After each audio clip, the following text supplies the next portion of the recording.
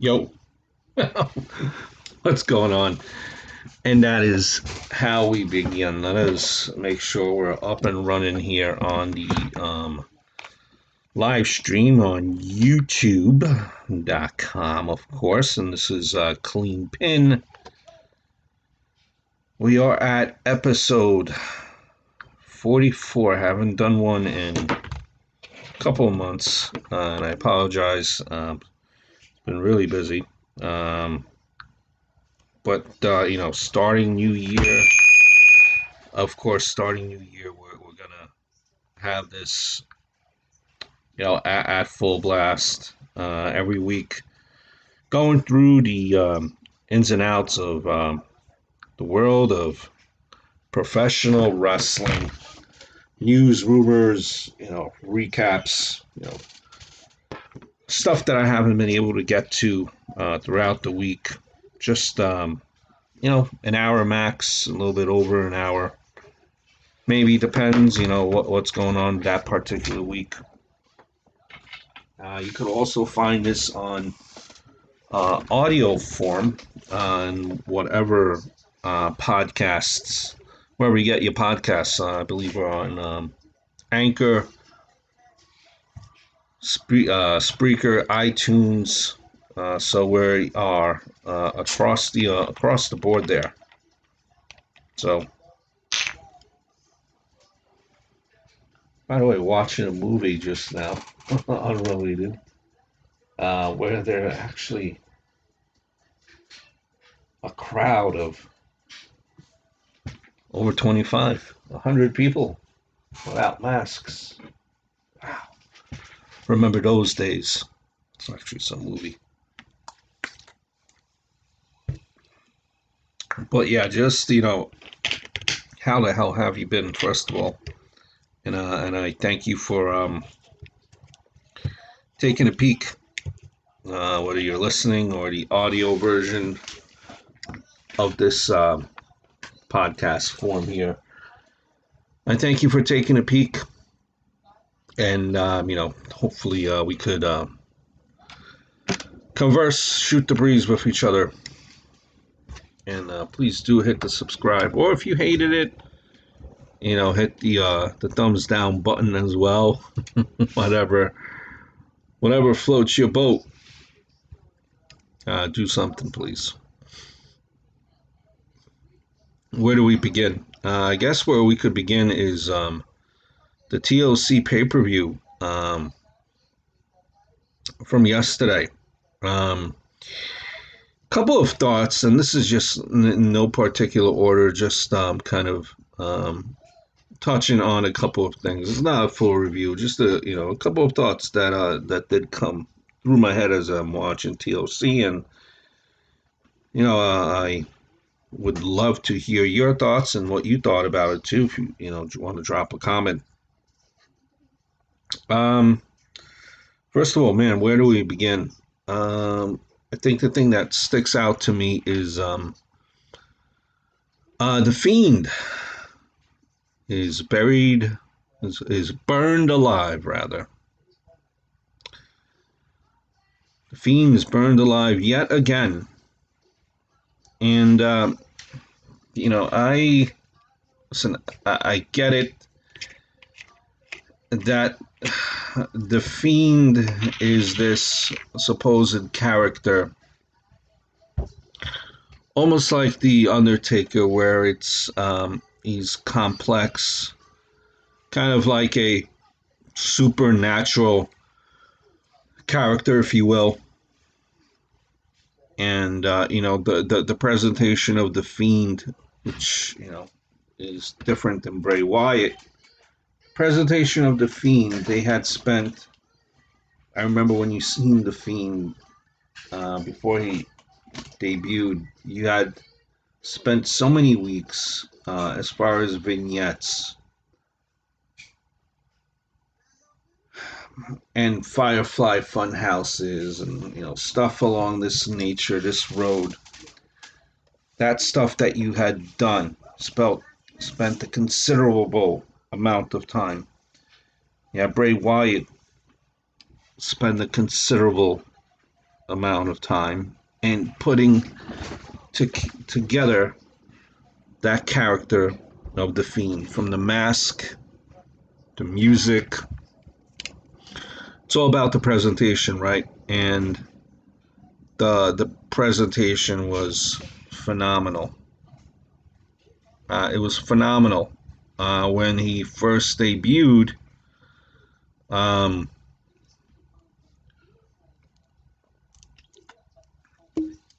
When he first debuted, nothing could stop him. Nothing could stop him. A monster. And then, it was slowly falling apart. And it's I'm not blaming the performer. Usually, it's more often than not, a good chunk of it is creative's fault, right? So here we are, so probably even when the Fiend was facing Rollins, that's when it first started falling apart. And then you had Fiend versus Goldberg, and that fell apart too, even further. Goldberg, who was, as some say, old,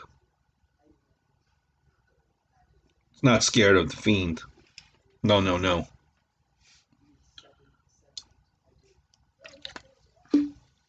And then the Fiend,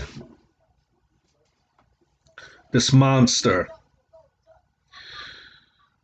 supernatural being, it gets taken down by a nut shot.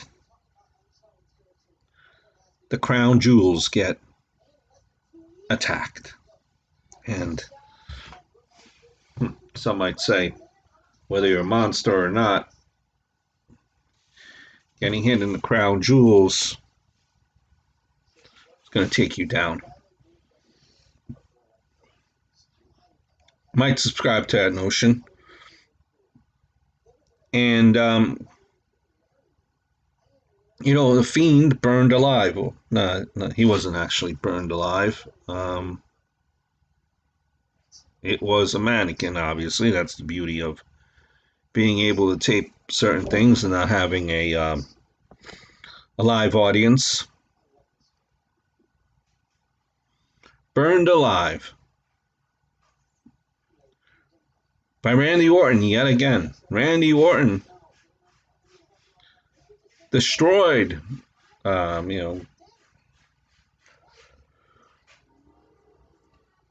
destroyed the incarnation of Bray Wyatt prior. Should the wrestling fan forget that? Maybe. And now he destroyed the incarnation of this Fiend. The Fiend. Or is he gone? After this Monday Night Raw, it's kind of hard to say. He might be gone for a little bit of a period of a time here. So, how's this gonna affect the Fiend? Are you gonna have a new incarnation of the Fiend? Will you really care at this point? Or is the Fiend character of Bray Wyatt, the Fiend, a character in which, things like this being burned alive by Randy Orton really, at the end of the day, really does not matter. When you see Bray Wyatt again, he might be with a new mask, kind of new ring attire, new gear fresh Fiend for 2021, and that might not be such a bad thing. I mean, 2020 has been a horrible year. It might be a good thing. But will you still be vested? Will you still care? Will you still believe that Bray Wyatt is believable? Even after, again, losing to the kryptonite that is Randy Orton. And I think that's going to be a very, very tough sell to try to build that character again. For certain people, if you get my drift. To be determined, I guess, but something that sticks out in my mind immensely. A match that you kind of didn't think, at least I didn't believe was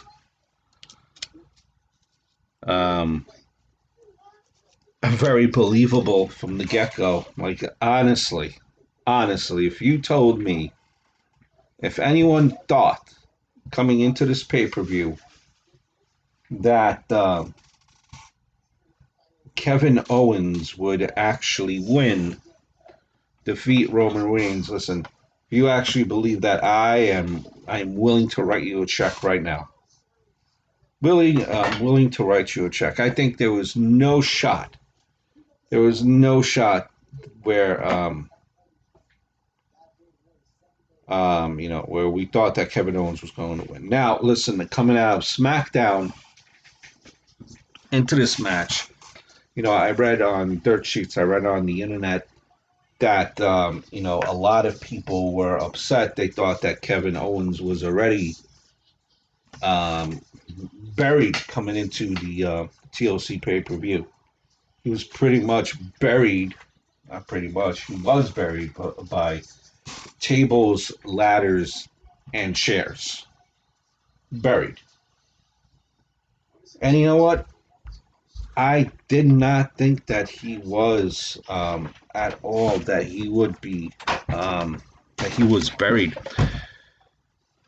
after that SmackDown, in the sense of he rose up from the pile of rubble there, so to speak. And he said, listen, I am going to do my damnedest to win this title, or I'm going to die trying.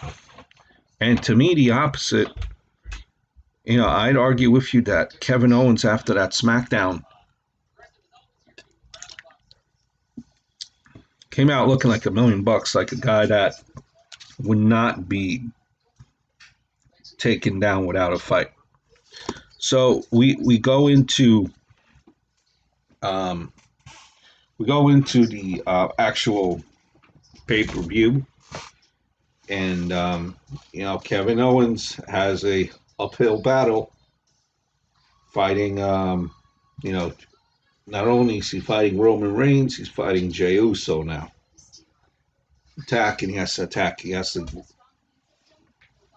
watch his. He has to watch himself. That he's fighting a 2-on-1, a losing battle. Listen, Kevin Owens. Kevin Owens is a big man. Not the most athletically built by any stretch of the imagination, but he's a decent-sized man standing next to Roman Reigns. Again, believability. But Kevin Owens, I'd probably argue with you, knows how to work where he could tell a damn story in the ring. Because there were points in that match where you thought to yourself, wait a minute, could it be possible? I think Kevin Owens could actually win. There were definitely moments in that match where you definitely felt that. And that's a testament, that's a tribute, because you actually believed They managed, just by the storytelling, they managed to turn you around and make you a believer. Therefore, success. And I'm going to tell you that this match, to me, this was the best match of the pay-per-view. Roman Reigns versus Kevin Owens. And the way it ended was weak. It was like a pretty much like a sleeper type of a move. It was weak. At the end of the match, there, you see Kevin Owens just dejected, but it's not like he was laid out to a bloody pulp. He came out, I think, looking like $1,000,000, looking like a viable, competitive, looking like a viable threat to Roman Reigns and his empire, so to speak. So, just by, if you think about it, to me anyway, when you look at the time frame from now until Survivor Series, I wouldn't be surprised if you see this feud carry over to Survivor Series. I'm sorry, not Survivor Series, Royal Rumble. What am I thinking? Royal Rumble, right? That's January. Yeah, Royal Rumble. I wouldn't be surprised at going into Royal Rumble, because the Royal Rumble is not that far away. And you could still build on this Kevin Owens, Roman Reigns storyline for another period. Taking the scenic route, taking the slower lane more than you would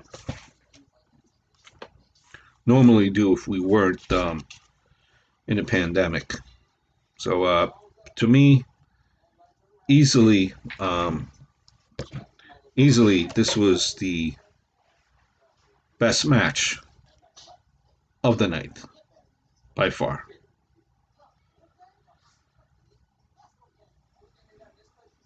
Now, you go on to another kind of complaint that a lot of people had from the TLC pay-per-view was the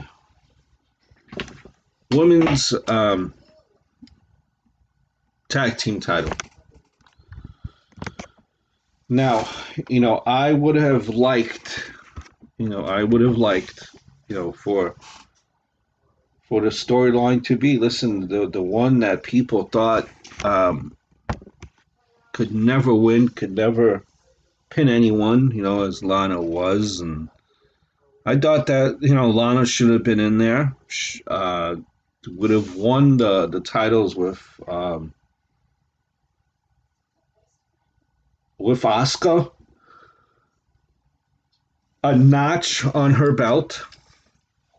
Feel good story, especially what has happened, what we know about Lana, especially in that documentary special that came out on the WWE Network short time ago. And she's been through a lot, and that was kind of what I thought would be a see good story in having Lana win with Asuka. That wasn't meant to be. Lana was taken out, and instead, who you have appearing is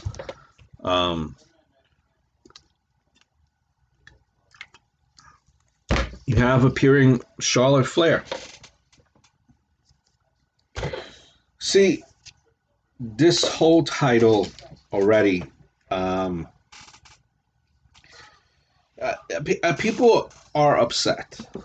They're upset at the outcome of who won. Yeah, it doesn't. It doesn't make sense. If you're playing the injury angle, so then maybe you could justify it in a sense, a little bit there. But what is the reasoning why Charlotte Flair, because she returns? What is the reasoning that she gets why does she get an opportunity at the tag team titles, right? I mean, the tag team was Asuka and Lana for the longest time. Why is Charlotte Flair able to come in right away, right, and get this title? Well, to play devil's advocate, and why I don't have a problem with it per se. If you're doing this story angle, right, and we take that for what it's worth, who else would you put in there? Who else do you have to put in to win that title? Who else? There's no, I mean, what, you're going to use someone that hasn't been used on TV and you haven't seen her in a while, like Naomi? You haven't seen her in quite some time. Peyton Royce, Billie Kay. Well, how do you justify that? So, the only thing that justifies who Asuka's tag team partner is and them winning the women's tag team belts is the fact of Charlotte Flair has a big history of winning titles, so it makes sense. Listen, great Charlotte Flair, she has so many singles titles. Okay, well, we could give the title to her. She could compete for the title. Even on the fight side of it is, when you look at it, this really hasn't been,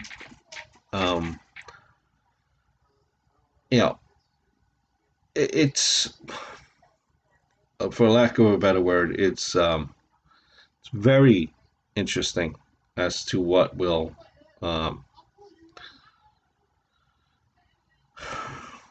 see.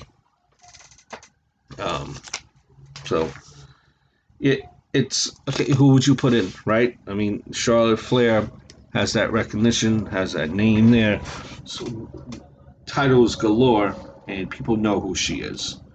So it's like, okay, and and unfortunately, that women's tag titles haven't been exactly what they've been. What I think what WWE has envisioned. I don't think they have enough women's. They don't have enough women on the roster for a tag team belt, much less how many women's tag teams are there actually there.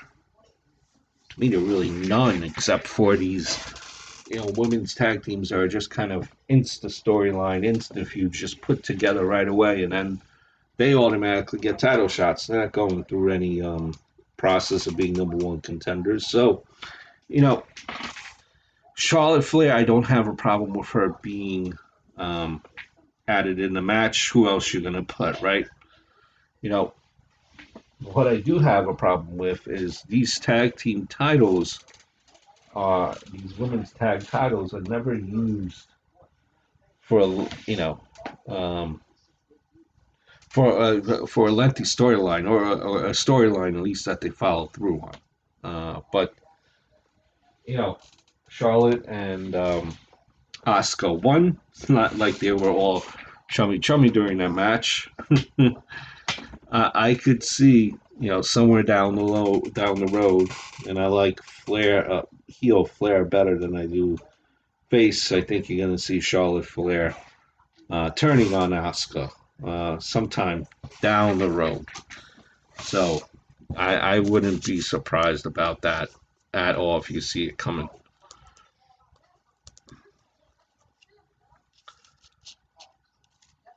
Now, another thing that kind of stuck to my mind here, and I'll leave you on this before just take a quick time out, do a quick video from recently, not too far away, but do want to go into the rest of the pay-per-view very quick. Nothing Nothing too earth shattering here. Let's see. What can we give you guys?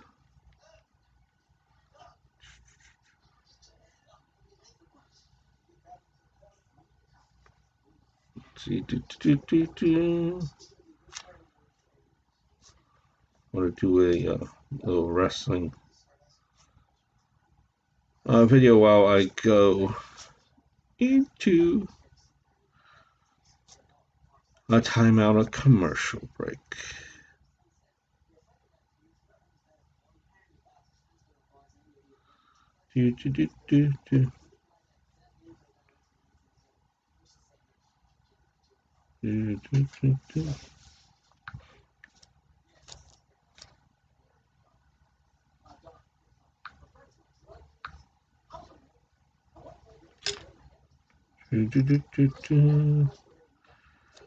Hold on, guys.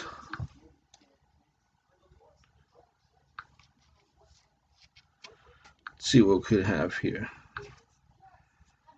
Going to the old vault.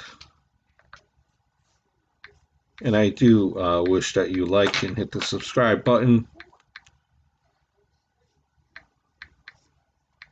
Boop, boop, boop, boop. Boop, boop, boop, boop. Here we go. We're going from WWE 2018 Top Faction List. That's my reaction. Welcome to another edition of Smart Chat here on YouTube.com. I hope everything's going well. Hold on, guys. For you guys, do want to do a wrestling There video. you go. This is a Be back in list 5. that has come out. It's on WWE.com. 10 best factions of all time. Shall I go through the list for you guys? I will. I'm getting my thoughts. Number 10, Undisputed Era. Number 9, the Freebirds. Number 8, Nexus. Number 7, Heart Foundation. Number 6, New Day. Number 5, Evolution. Number 4, NWO. Number 3, DX. Number 2, the Four Horsemen. Number 1, the Shield. Undisputed Era, number 10. They haven't even made the main roster. Nexus, who was a faction for a cup of coffee. Literally a cup of coffee. I mean, if you definitely, I don't know about you guys, I definitely don't agree with the list. It's obvious, you know, if you look at it, they're catering, they're putting factions that the list kind of caters to people, to the audiences of younger age that maybe don't go as far back as other wrestling fans do. This is not a list that's geared toward the old school fan. If anything, it outrages the old school fan.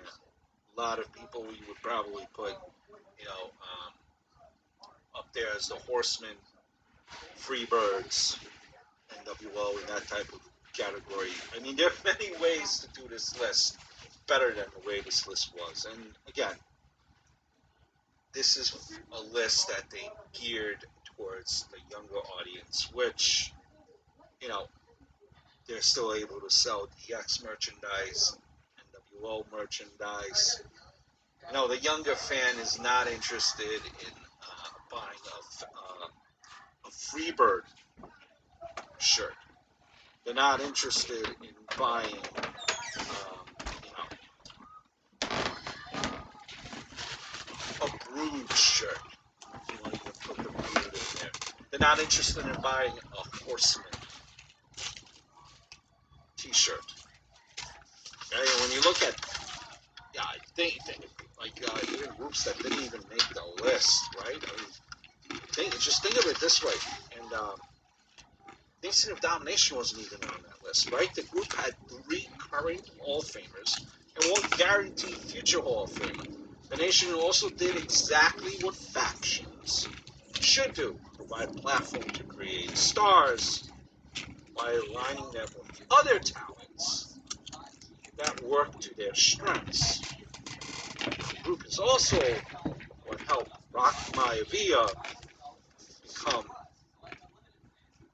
The Rock, and the rest is, well, history, as they say. Yeah, look, corporate ministry. 3 former world champions, and Taker, Simmons, JBL. The Brood, and Edge and Christian. They're not on the list. If you want to go kind of correlate the list, that'd be better. But at the end of the day, it's a self-serving advertisement for WWE. The Shield is still on TV and getting a push.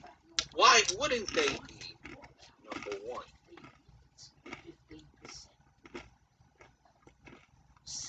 Hey, listen, Undisputed Era is on this list, right? They're probably going to be called up next. Hell, the Right to Censor has more Mania appearances than them. Shouldn't be on that list at all. But at the end of the day, I digress, and that's what it comes down to. Shield is on TV, they're pushing them, need to sell merch. Why not make them number one on the list? You would hope, or you would think, that one of the guys from the Shield kind of come out and say, listen, I thank you guys for putting us number one. But in no way we got a lot of work to do. It's an honor, but we shouldn't be number one. And, just to kind of appease everyone that gets upset about this list. But they didn't do it that way. But at the end of the day, how dare they not include the Pretty Mean Sisters? I hope all is well, and I look forward to speaking to you guys very, very soon.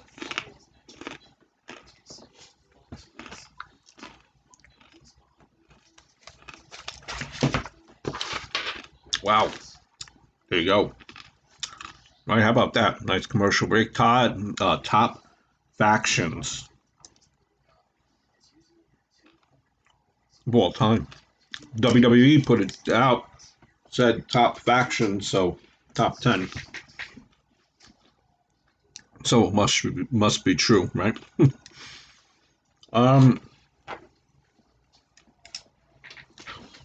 Where else do I want to kind of go with this? The Hurt Business win the tag team titles over the New Day. Now listen, I've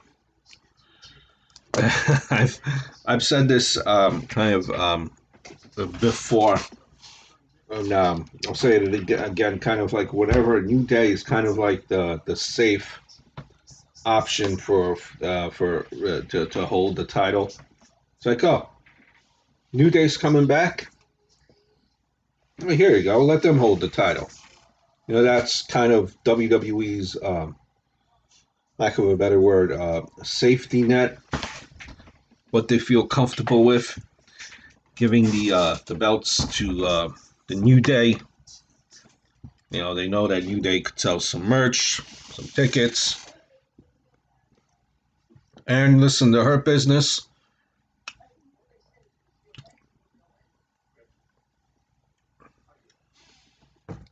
say what you want to say.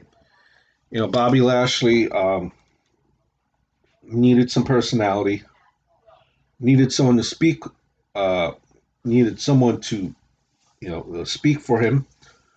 And that's kind of what MVP is. He's been good in his role. He's been very good. He's adjusted to it.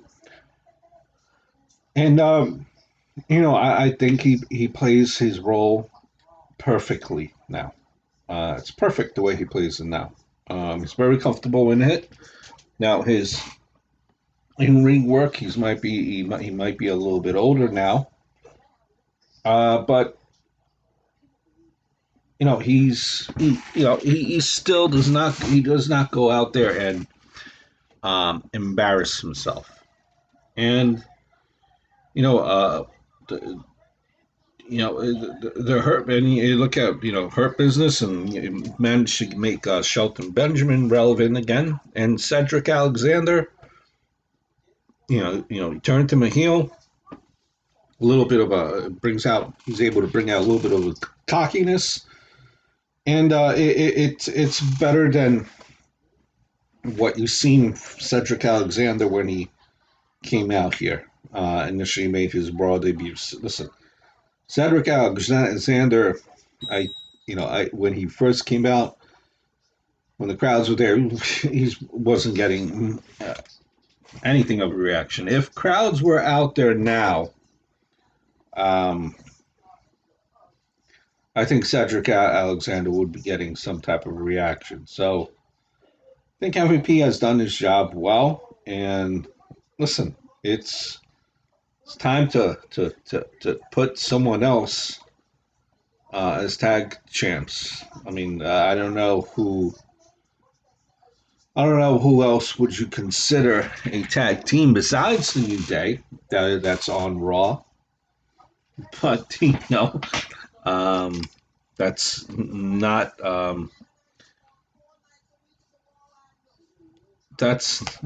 not for us to figure out who would be the next champion. But that's something that I thought.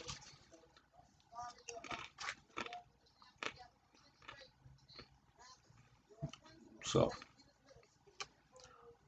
and I think the Hurt Business has it's definitely has made its mark. And it's good because it again brings back Shelton Benjamin into the limelight, and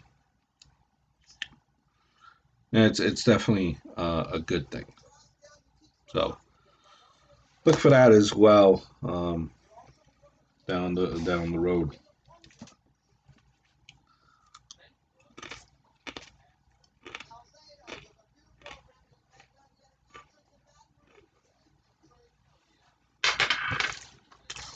Pretzels are good, but these chips are magnificent.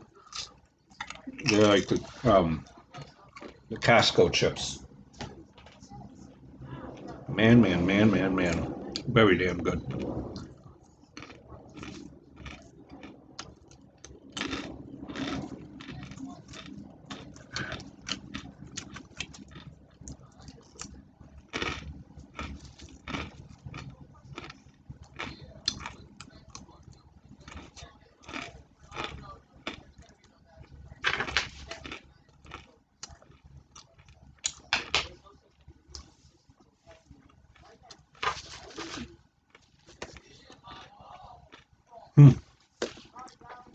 Damn good.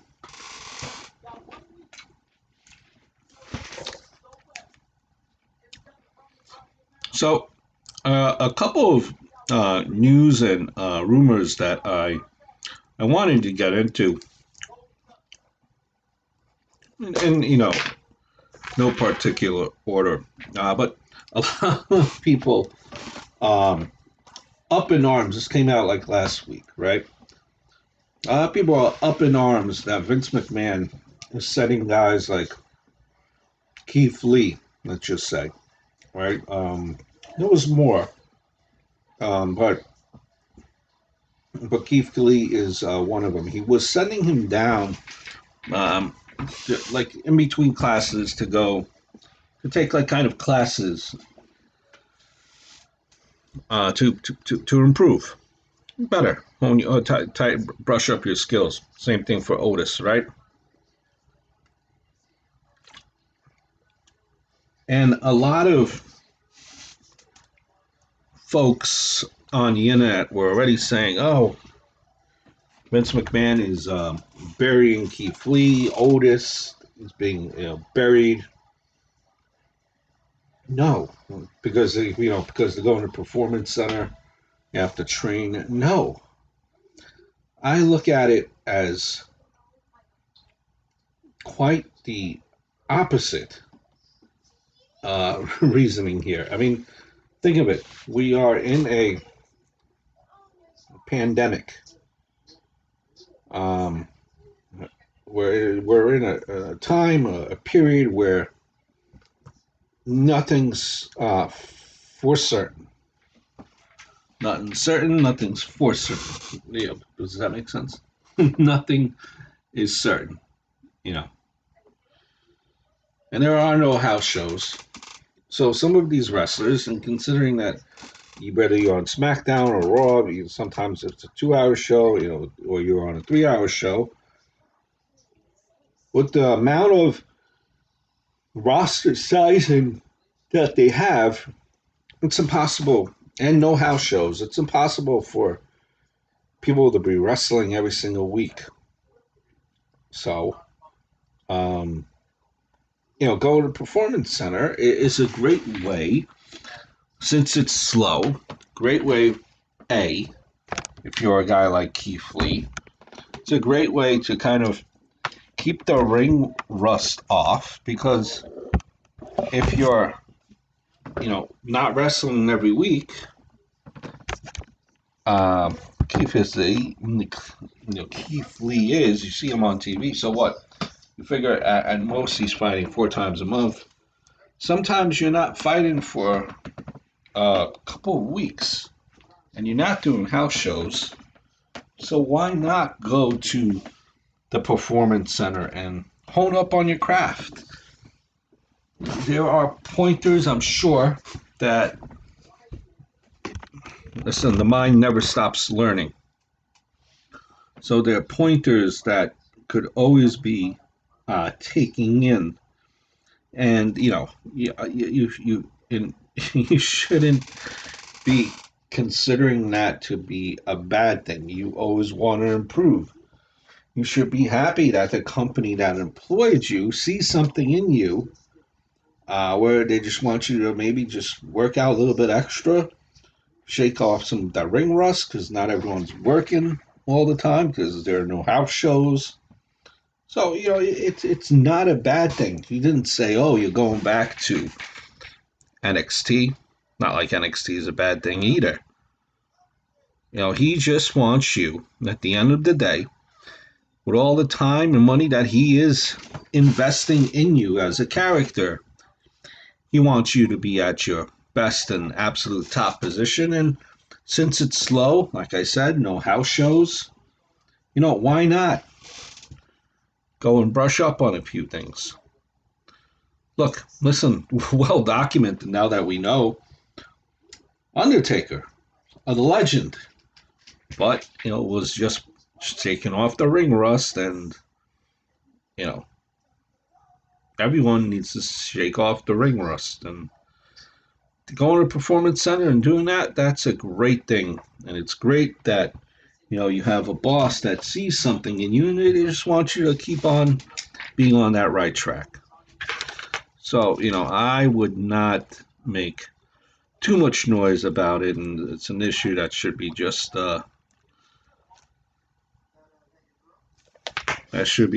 let go, honestly. So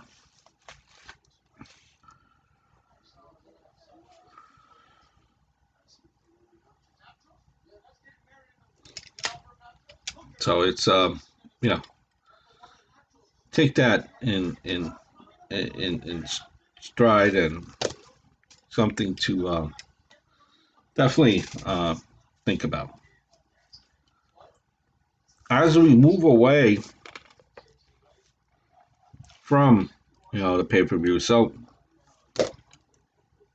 on a scale of 1 to 10, I probably give it like um, a 7.5. I think it definitely picked up steam towards the end. So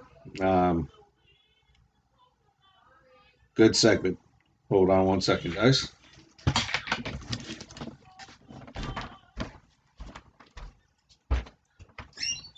Yeah.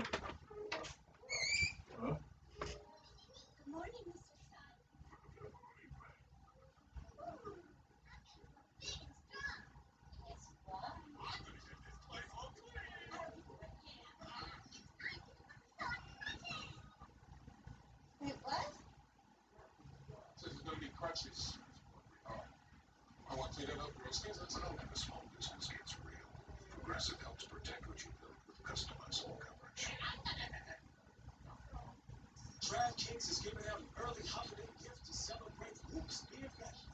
A shop for new customers to play free for millions with their first deposit. Just grab the line of players who you think will pocket you some cold, hard cash. With loads of December millionaire contests, it's never been easier to put the win in winter. So get on with the app. Take your free shot at millions of prizes and slay the holiday hoops. DraftKings. Make it right. This is the new Google Pixel 5 with the Titan security chip. For someone who doesn't mess around with security, I don't mess around. It's the super safe step secure. The 5G Google Pixels. For $4.99. These are the new 5G Google Pixels with all-day battery. For someone who has things to do, places to go, it's the battery anxiety buster. The 5G Google Pixels. For $4.99. You've been very busy at home lately. It's time you got reacquainted with a massage routine. With Massage Envy, your safety is a top priority. Massage Envy. Keep your body working. That's right. Subway is open, serving footlongs contact-free. Order the app for quick and easy pickup. Or get contact-free curbside pickup. Staying home? Get delivery. So many ways to get footlongs contact-free. Subway. Eat fresh. I think everybody should have a right for our baby up. You're right.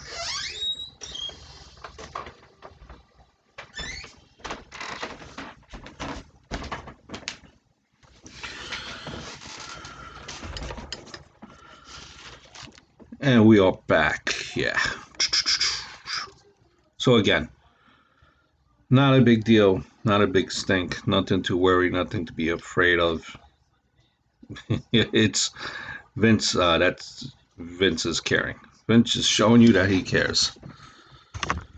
So the other part here that kind of has developed, and I know you have to watch certain things play out. That's understood. But this whole Kenny Omega storyline right now,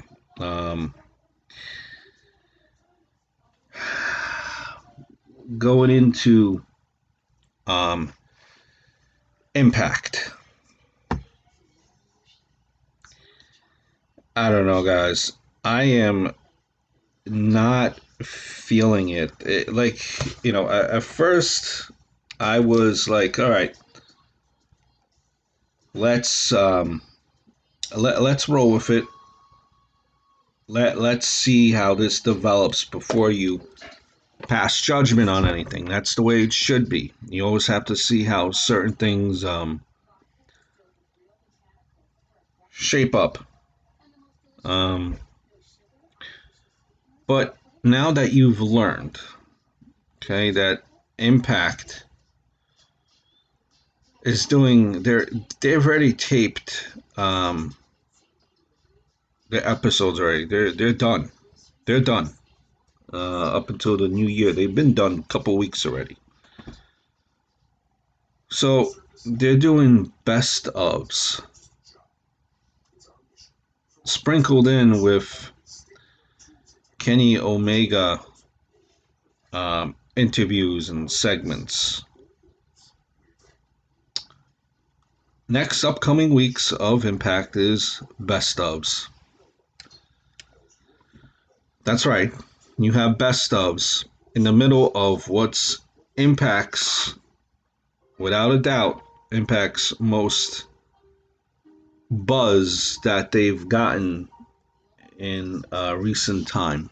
And even if you want to say that, the ratings actually have dropped ever since that initial time frame of Kenny Omega appearing on Impact. So it's dropped. So the whole premise, this whole idea of, promotions working with each other is a great thing. It definitely is. But for Impact, because let's not get it confused, Impact needs AEW, not AEW needs Impact. So when you're looking at this, you're in a best of. Could you not have planned this out a little bit better? Best of. And since you are in a best of, why do you not have Impact stars invading AEW? Guaranteed not everyone that watches AEW watches Impact. I could be assured that everyone that watches Impact watches AEW. Everyone that watches AEW does not watch Impact, and it would have served a better presence if you had some stars invading AEW. It just makes sense. It does not make sense if you look at it as to why a big fish company, big fish stars invading, in essence, what it is, a smaller company. Now, in storyline wise, suspension of disbelief, we're supposed to not think that, but that's just the way it comes across, honestly. Sting is back as well, and as we've seen Sting, you have to see how it unfolds. Do we know what Sting will be doing week in and week out? No, you don't. Will he be a manager? Will he be a will he be a kind of like a general commissioner? You don't know either. But what I will tell you is a 60-something-year-old Sting. Just kind of made me chuckle a little bit here. 60-year-old Sting with a bat, plastic bat. Don't tell anyone. Just absolutely scared. Taz's group of Hook, Ricky Starks, Mr. Hobbs, and the Big Jack guy. They're scared of 60-year-old Sting. It made that Taz group look absolutely weak. I'm sorry, that's the way I see it. They looked absolutely weak. Now, that's just my thoughts on that subject there. But I would be remiss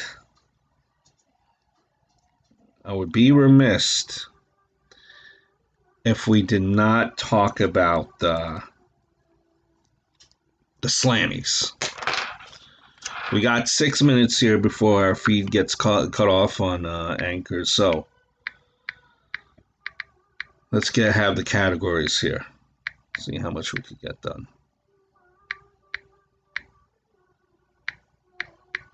Slammies, by the way, the best Slammy award-winning Owen Hart.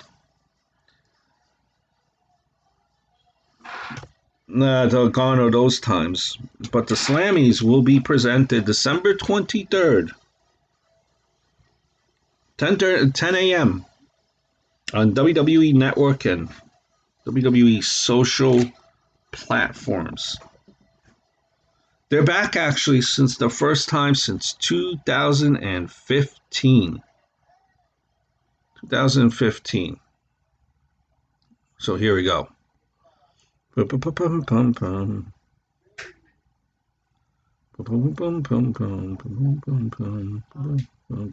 Match of the Year nominations: Undertaker versus AJ Styles, New Day versus Hurt Business, Edge versus Randy Orton, Men's Royal Rumble match: AJ Styles versus Daniel Bryan, Roman Reigns versus Jey Uso, Sasha Banks versus Bayley, AJ Styles versus Sami Zayn versus Jeff Hardy. That was a damn good match. Drew McIntyre versus Roman Reigns, Becky Lynch versus Asuka. I'm supposed to think what will what I would think and what the WWE Universe would take is two different things here. I think we're going to have Edge versus Randy Orton Backlash. Rivalry of the Year: Seth Rollins versus Mysterio family, Drew McIntyre versus Randy Orton, Edge versus Randy Orton, Sasha Banks versus Bayley, R-Truth versus The World, and Lana versus Announcer Tables. I think we're going to see Seth Rollins versus the Mysterio family win that one. Tag Team of the Year: Golden Role Models, Nia Jax and Shayna Baszler, New Day, Street Profits, Shinsuke and Cesaro. You're going to have New Day as a tag team. Return of the Year: Edge, Roman Reigns, Sami Zayn, MVP, and Goldberg. Look for Edge to win that. I think that's all we have. Right? Was that it, or was there more? Okay,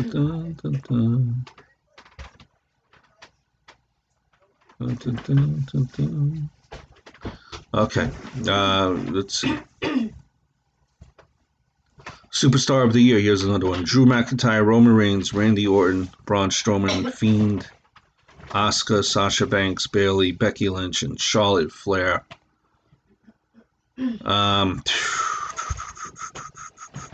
Who this one would go to? Let's see. That's going to be a tough one. Superstar of the Year, I think you got to go with Bayley. No, I'm sorry, Sasha Banks. Let's see. You have Ring Gear of the Year: Charlotte Flair, Sasha Banks, Seth Rollins, New Day, Bianca Belair, Shinsuke Nakamura, Carmella.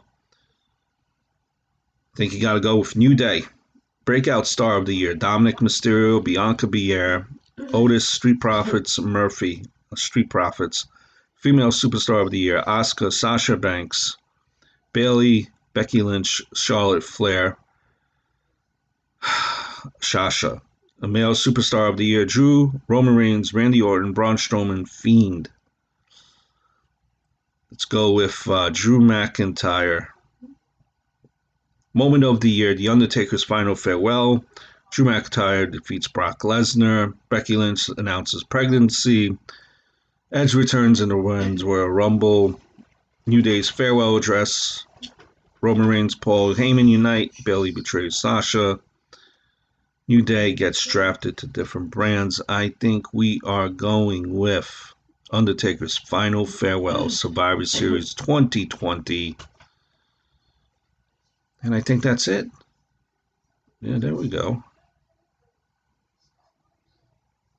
That was it in a nutshell, trying to get it in before we get cut off on our recording here. So we're at 59 minutes and 20 seconds, almost at a full hour. Don't forget to hit the like button, hit the subscribe button, share this video, watch it on YouTube, listen to it in the podcast form. I hope all is well, and I look forward to speaking to you guys very, very soon. Until next